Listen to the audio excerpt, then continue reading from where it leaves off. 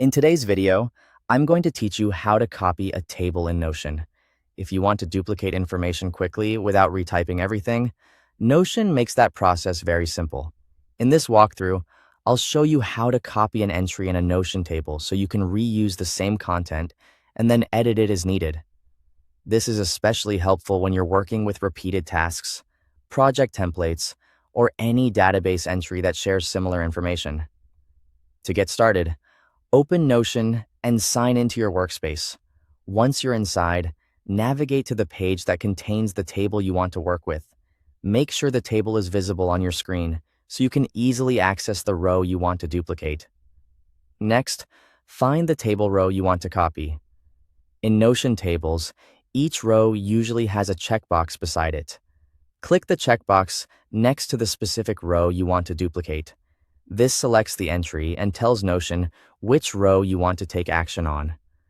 Take a moment here to confirm you've selected the correct row, especially if your table contains several similar entries.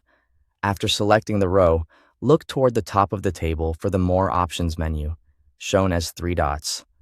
Click that menu to open the available actions for the selected entry. This is where Notion groups several useful commands, including the one you need for making a copy. From the menu, choose Duplicate. As soon as you click it, Notion will create a copied version of that row in the same table. This duplicate will include the same information as the original entry, which can save you a lot of time when you only need to make small changes instead of starting from scratch.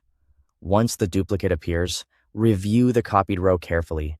Check that all the information is carried over correctly and make sure the new row is placed where you expect it in the table. If needed, you can now rename it, adjust dates, change tags, or edit any other field so it fits your new purpose. That's all there is to it.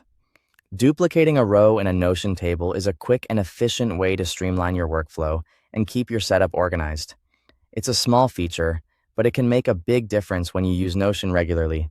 Thanks for watching.